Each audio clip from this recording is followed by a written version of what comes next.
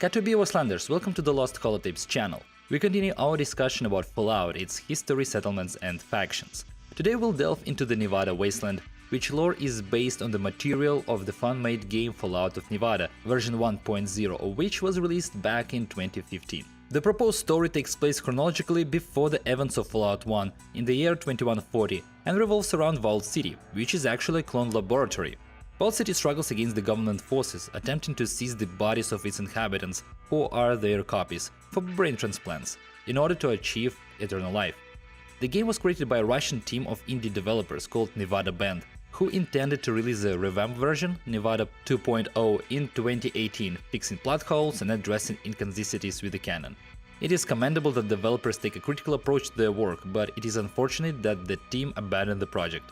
The game is highly impressive in terms of its development story. The developers made available an openly accessible document describing the cut content, a design document outlining the revised version of the game, and also prepared their own version of the Fallout Bible, a kind of written documentary describing the development process, ideas, answers to questions, debunking myths, and excerpts from interviews. However, as the authors themselves describe in the Nevada Bible, there was chaos in the ideas and plot during development, which resulted in an incoherent presentation in version 1.0 of the game. Frankly speaking, when I played it, I had no idea what was happening, who was fighting whom and why. The lore of the Nevada Wasteland is based on 4 sources: the game itself, Fallout of Nevada version 1.0, the Graveyard of Unrealized Ideas, the design document for Nevada version 2.0, and the Nevada Bible. We will select the best elements from all of them, with a primary focus on the released version of the game, of course, and the official canon. Enjoy the video, the series and the developed map. Don't forget to like, subscribe, leave a comment and watch the video till the end, as this is the right way to affect YouTube algorithms and help the channel to grow. Now hop on the vertibird, we are on our way to Nevada.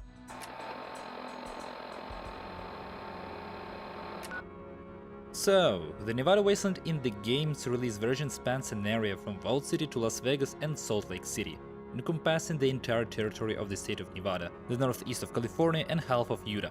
This of course conflicts with the canonical wastelands of California, the Mojave and Utah. The wasteland ended up being too vast. In the reissue of Nevada, the developers plan to reduce it by removing both Las Vegas and Salt Lake. We will accept this version. In my interpretation, the Nevada Wasteland borders California along the natural barrier of the Sierra Nevada mountains. Nevada will border the Mojave and Utah wastelands to the north of Las Vegas and the Great Salt Lake Desert respectively. Ultimately, we will dismiss the lore associated with Las Vegas and Salt Lake City areas, as over the time they became too contradicting to lore and other sources, so that we will focus only on Nevada Wasteland portion of the introduced lore. Talking about the main quest, I believe it can also be disregarded because the lore associated with Vault 8 as the cloning center, the dead president's head, the soul harvester and the involvement of the Enclave is unclear and unsatisfactory. Although we will discuss the main conflict briefly for the context, we won't consider it in the overall picture. On October 23rd of 2077, the world was ravaged by a hail of nuclear warheads. Cities were destroyed, millions perished and so city collapsed.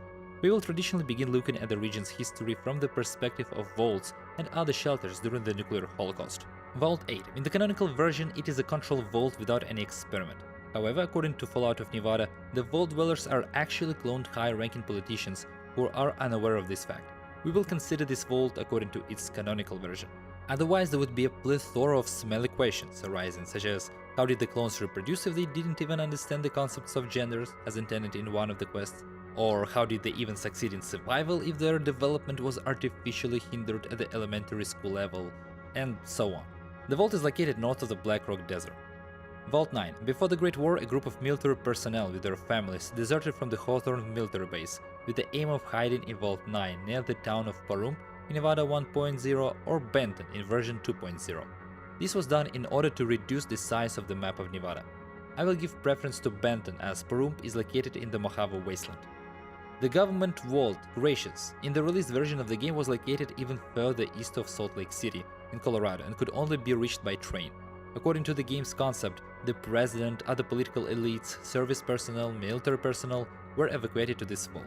In Fallout of Nevada version 2.0, Gracious was moved to the Nevada Wasteland. Nevertheless, this vault also became an experimental site. It had supplies of a special Nuka-Cola that heightened the consumer's emotions. The evacuation to the vault took place long before the war, in July 2077. Not everyone was fortunate enough to end up in Vault-Tec vaults. People have to take shelter in buildings and makeshift hideouts.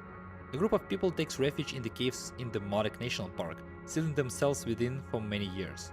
Due to their constant underground existence and crossbreeding, the so-called slags will lose the ability to stay under the sun. Its radiation would simply kill them. A group of survivors with food supplies takes refuge in an old uranium mine south of Reno. The city of Reno itself did not experience a direct bombing, but suffered from the immediate collapse of society, mass hysteria, looting, robberies, and riots that broke out on its streets. However, the city hall proved capable of restoring order. With an iron fist, wielding a police baton and imposing curfews, the mayor slowly but surely began to regain control of the city. In addition to Reno, the moment of the Great War was survived by the cities of Winnemucca, McDermott, Fallon, Bridgeport, Hawthorne, Lovelock, Tonopah, and Bishop. Groups of refugees from these cities flocked to Reno after the war. Goldfield also survives the war. The city is cut off from other settlements due to mountains and is connected to I-95 through the tunnel. Its culture will develop into police state. The citizens of the city will be primarily policemen wearing anti-riot gear. Now let's consider the history of the region in the post-war period. Since Nevada historically houses numerous nuclear test sites and military bases, this region was subjected to more of a carpet bombing rather than targeted strikes. This explains the relatively high degree of radioactive contamination of the deserts and the dust storms that condemned the post-war surviving cities to a quick death under the cracking Geiger counter. On October 27th, the remaining military personnel of Hawthorne Base, who did not desert into Vault 9, leave the base and drive north into the unknown on several armored vehicles. It didn't even take a week for the city of McDermott to perish due to radiation contamination. In Lovelock, during the first week, the situation was so desperate that the surviving members of the administration had to shoot all the prisoners in the local prison to avoid rationing their supplies with them. But it didn't save the city from its demise. In November, the residents of Bridgeport, realizing the futility of resisting radiation exposure, come out of their homes and gather in the town square, where they throw a final party, irradiating themselves to a lethal outcome. The other cities had no better luck. Winnemucca, Fallon, and Bishop succumbed to the nuclear winter within a few weeks after the bombing. Tonopah was relatively fortunate, with its residents turning into somewhat rational ghouls. I would say Nevada Band did the right move by emphasizing the history of small pre-war towns immediately after the Great War. After all, some people lived in there, so why not giving some exposition to them, right? Gracious, its inhabitants became heavily dependent on experimental Nuka-Cola right from the start of the evacuation. With their altered mental state from constant consumption, they gradually ceased to perform their duties and became, to put it mildly, whimsical individuals. As their society evolved, they engaged in activities such as competitions for the most savage burp, belching music in concerts, spitting competitions, etc. After the evacuation to Vault 9, the refugees realized a serious problem. It was barely equipped and held meager resources. Expecting long-term isolation, the group adopted a strict regime of resource conservation and was governed by a rigid military dictatorship. Throughout their existence in the vault, the pre-war deserters concealed their shameful past and narrated fabricated heroic tales to their descendants. The descendants perceived their fathers as heroes and themselves as successors to the US Army, bearers of a true military valor. Those who survived the war in the old uranium mine south of Reno died from radiation within a few months after the nuclear holocaust. By 2080, the mayor of Reno managed to completely subjugate the city, using harsh, forceful methods. And by 2084, the subdued and wary residents surrendered to the hands of fate, allowing the mayor to establish a full-fledged authoritarian regime. Business, infrastructure, and citizens' freedoms were all controlled by the mayor, while opposition and individuals deemed dangerous to the regime were quietly eliminated. In February 2086, the residents of Gracious gradually became more aggressive, and society divided into two camps: those supporting the vice president, who called for leaving the vault, and the security service sergeant, a proponent of isolation. In March, a two-day battle erupted in the cafeteria, culminating in the sergeant decapitating the president with a stool, which was hastily revived by placing the head in the jar of biogel and connecting it to the supercomputer. Over the next 4 years, the president's head gradually went insane, dragging the rest of the vault along with it, controlling all its equipment. For example, it tied pretzels in slip knots in the pretzel-making machine and played annoying music 24/7. In the same year, 2086, the first caravan arrived in Reno, and limited trade with the outside world began. In 2088, a plague epidemic broke out in Reno. Caravans ceased visiting the city. On January 5, 2090, the residents of Gracious finally left their abode, reconciling with the impossibility of coexisting with the president, as disabling him would result in the entire apparatus failing. The government members who emerged from the surface made their way to the Poseidon Enclave Station in the Pacific Ocean by taking roundabout routes. The only survivor in the government shelter was the president's doctor, who sustained his life support. Later, the Doctor was contacted by the Enclave, offering him the role of an operative in exchange for providing him with life-sustaining technologies, which allowed him to use body parts from the abducted individuals to replace his aging body parts. As a result, he became virtually immortal, a regenerating Frankenstein. He started calling himself the Soul Collector. Honestly, I don't like this concept at all, because it raises the question, why didn't the Enclave leadership ever use this technology on themselves? I would prefer to eliminate this character altogether. By the way, he also possessed telepathy and used the body parts of the abducted individuals to create soldiers for his own army. That's going way too far. We can agree that people simply left the vault and either joined the Enclave or dispersed across the wasteland. Vault 8 opens 14 years after the war, and its residents use the GEC to establish a prosperous and highly developed city by local standards, known as Vault City. However, the city immediately enters stealth mode and remains unnoticed by the wasteland dwellers.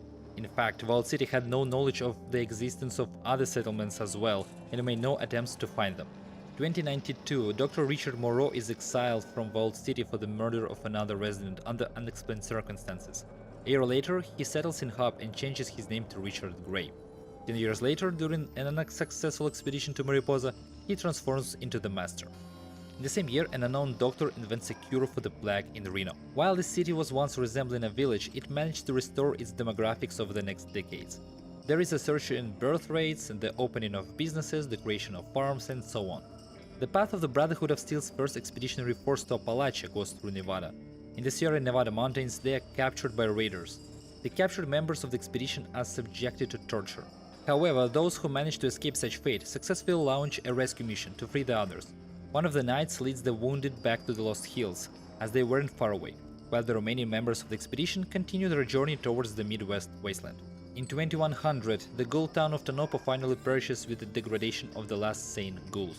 In 2101, the Overseer of Vault 8 relinquishes his authority over Vault City. A parliament is established, which elects the first citizen as the new leader of the city-state. By 2107, a gradual shift in power begins in Reno. It transitions from the aging and weakening mayor to clans of entrepreneurs. By 2110, a group of bikers forms, roaming the Nevada wasteland on motorcycles, advocating for freedom and engaging in looting ruins and pre-war vehicles in search of scrap metal and valuable technological items to enhance their bikes, armor, and weapons. In 2112, the mayor of Reno dies. Influential entrepreneurs form an elite social class and, after the mayor's death, disband the mayoral office, establishing their own council to govern the city. Feeling a weakening of control over their activities, they tighten the screws on production, subjecting workers to exploitation. Many work only in exchange for food and shelter. In 2113, a small settlement called Black Rock emerged at the site of a famous pre-war festival. 2116 marks the beginning of the so-called Golden Age of Reno. The game does not disclose the details, but it likely involves another surge in birth rates, decreased mortality, political stability, reduced criminal activity, increased trade relations with the other settlements, and overall economic prosperity. In 2117, the dwellers of Vault 9 emerged to the surface due to overpopulation and the complete depletion of the Vault's resources. They established the Wind of War faction and create a base called the Fort in the city of Benton. 2120, musician Big Louie and his band perform a jazz concert in Reno. This character will play an important role in the region's development in the following years. In the same year, the first expedition is sent from the fort to Reno, striking a deal with local caravans for mutual cooperation. Since then, a few but regular caravans arrive at the fort, mainly buying used and poorly maintained weapons, as even such items were scarce in the region. The year 2122 marks the end of Reno's golden age. 2128, while the civil war between local entrepreneurs is ending in Hub, tensions are rising in Reno due to the division of spheres of influence among entrepreneur clans. Additionally, the working population is rebelling against the terrible working conditions and ruthless exploitation. The situation is worsened by a surge in street crime. In 2130, Big Louie leaves Reno, ventures into the wasteland and organizes his raider group called Big Louie's Dogs. In the same year, the Wind of War adopts a resolution on the policy of restoring pre-war USA. The expansion into nearby territories begins, along with active propaganda about the goodness of the wind. They force many small settlements in the region to pay tribute for protection against bandit and animal attacks, as well as contribute to the voluntary, compulsory restoration of America. As a result of these actions, they practically bankrupt these settlements. Moreover, they neglected their role as defenders of the population, which led to the demise of some settlements in the region at the hands of raiders, possibly even the hands of the Vipers. In general, the Wind of War was mostly viewed negatively in the region, and no one took them seriously, considering them just another gang of raiders hiding behind a pious ideology. In 2131, the Cheyenne tribe sets up a camp in Lovelock. In 2133, a couple from Reno establishes a new settlement called The Spring on the ruins of Bishop, named after a local spring that nourished the land, making the area rich in vegetation. By 2134, Mr. Theodore Wright, the patriarch of one of Reno's political clans, organizes Uranium City, a mining town near the old mine, in order to provide the city with energy and fills his pockets with profits. The workforce consists of slaves and free laborers. On one hand, people constantly die in the mine due to radiation, but on the other hand, there is a constant replenishment of the workforce, allowing the mine to continue functioning. The clan's mutual aversion evolves into the First Reno Civil War in 2135. The city falls into anarchy and the dominance of crime. Many residents leave the city. For example, some refugees from Reno come to the ruins of Bridgeport and establish a new settlement there. In Reno, different sides of the conflicts recruit mercenaries from the Wasteland, including the Big Louis dogs and the bikers. However, Louis quickly becomes tired of being a pawn and manages to take the initiative, becoming one of the key political figures in the city. In the same year, a man named Gerlach is inspired by the idea of creating a settlement based on collectivism, common welfare, manual labor, and mutual support. He gathers people who see him as a spiritual leader.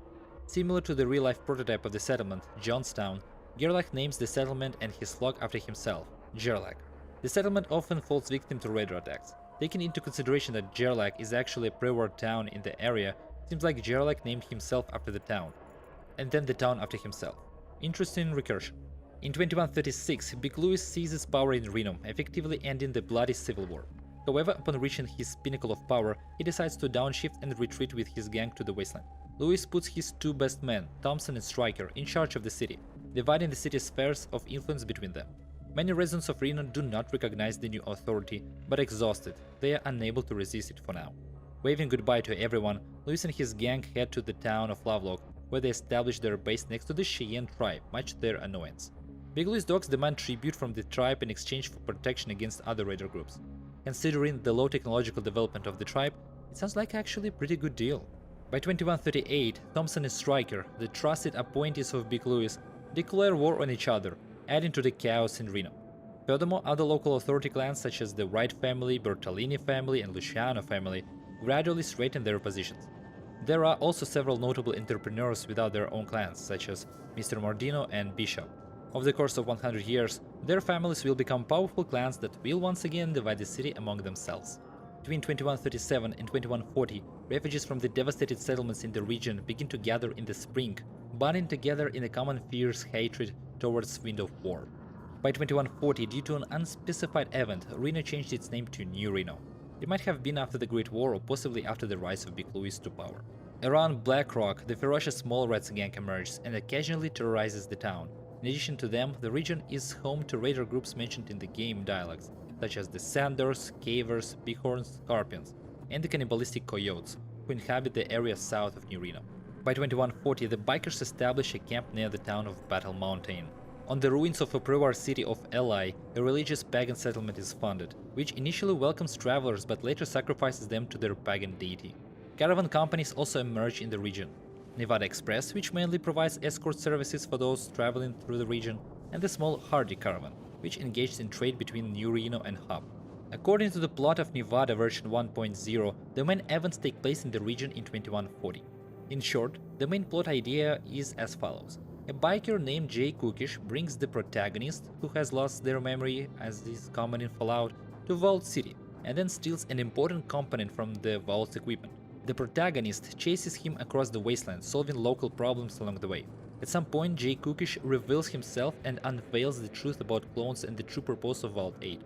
However, the Soul Collector enters the scene and steals another crucial component from the Vault, the Overseer, or the First Citizen if we address to the canon. Now, the protagonist pursues the kidnapped Overseer, leading them to Gracious, where both the Overseer and Jay Cookish are located, dead. After a conversation with the exhibit of the Curiosity Shop, the president, the protagonist emerges on the surface, fights the Soul Collector, and then rushes to Vault 8, where a group of Soul Collector operatives has taken all the inhabitants captive. The protagonist kills them all, saves everyone, and everyone lives happily ever after. But these plot threads are intricately woven and do not fit into our narrative. the secondary arcs will be of much more interest to us. For example, after 10th October 2140, the residents of the town of Gerlach were offered to relocate to Vault City as hired workers, with permanent residence. However, thanks to mind-dueling medications, they don't reflect on their decision. In desperation, Gerlach ends his own life. In the same year, the firm hands of the Wind of War democracy reach the spring. Soldiers demand the mayor to submit the settlement. The mayor agrees to their demands, but the people rebel, overthrow the mayor, and declare complete disobedience to the wind. The wind presses on the settlement, forcing them to acknowledge their authority. In an armed conflict, with the help of the protagonist, the settlement managed to defend its independence. Meanwhile, the audacious, ferocious Mallrats gang attacks a caravan that was attempting to establish trade relations between Blackrock and New Reno. But the protagonist once again finds himself in the right place at the right time and annihilates the gang. The caravan reaches Blackrock and the town becomes a new node in the trading chain of cities in the region. The confrontation between influential clans in New Reno escalates into the Second Civil War. The final credits do not reveal details such as who won or lost and who did not survive until the end of the war. However, based on the political situation at the time of the events of Fallout 2, it can be assumed that only the Wright family clans survived the Civil War. The Luciano and Bertolini clans, as well as the factions led by Stryker and Thompson, are no longer present 100 years later, so it's possible that they perished during or after the Civil War. The miners of Uranium City are threatened by carnivorous giant worms that have started devouring the workers. Because Mr. Wright refused to help his wards, the city began to strike in an attempt to achieve autonomy. The protagonist helps the town get rid of the worms, but considering the Wright's family's success in surviving the Civil War in Reno, I doubt that Uranium City can be considered autonomous in the future. In Lovelock, at the request of the Cheyenne tribe, the protagonist destroys the Big Louis Dogs gang. The Cheyenne tribe decides to leave for the uninhabited east after some time, but they are too late. Raiders who learned about the destruction of the Louis gang comes to Lovelock and slaughter the Cheyenne. The protagonist also faces an attack by the Coyotes gang in the Sierra Nevada mountains, but manages to deal with them. The story, described in Fallout of Nevada, concludes in the year 2141. 20 years later, a dweller from Vault 13 will destroy the Huns at the request of Shady Sense, and later, as a member of the Brotherhood of Steel, will destroy the Master, triggering the Great Mutant Migration. Perhaps some of them will go to Nevada and devastate local settlements. Nevertheless, it is important to have some understanding of the fate of non-canonical settlements, as they will not appear in the lore anymore. But the territory they occupy will still be used in the lore. I suggest familiarizing yourself with my version of the fates of factions and settlements. The Wind of War and the Spring are supposed to be located within the game zone of Fallout 1, but in 2161 there is no trace of them. It is logical to assume that they perished. Perhaps the Winds of War destroyed the Spring during the uprising and the raiders took advantage of the weakened wind to deliver a devastating blow. Or perhaps both factions died in unrelated events. If the Wind has survived, it would have represented a military organization comparable to the Brotherhood of Steel in terms of power after 20 years of development. It is more likely that Blackrock and Bridgeport will also disappear. They were already small settlements fitting within a single game screen, and their absence from the game map and their lack of involvement in the Fallout 2 storyline supports this assumption. Perhaps Bridgeport grew tired of constant clashes with the bikers and its inhabitants relocated to New Reno. Blackrock, on the other hand, may have been enslaved by Vault City, just like Gerlach. Uranium City's decline after 2141 will be more evident. Firstly, the settlement only exists thanks to the mine, which has its own resource depletion. Secondly, the Wright's family decline until 2241 is more indicative of their treasury running dry and subsequently losing Uranium City rather than the other way around. As for the bikers in Battle Mountain, they are unlikely to survive even until 2161. They were already limited to around 20 people, and the golden age of the faction was before the events of 2140. A small isolated formation like a motorcycle club is unlikely to survive for half a century, especially considering that Battle Mountain itself is just a campfire settlement. Groups such as the Cavers, Bighorns, Scorpions, and Sanders will also likely to perish. They do not sound like tribes that could create new generations, unlike the Hunts or Vipers. Caravan companies such as Hardy Caravans and the Nevada Express in Reno are also unlikely to exist by 2242. They would have had to become dominant corporations, similar to the Crimson Caravan, to maintain competitiveness. But Fallout 2 does not indicate anything of the sort.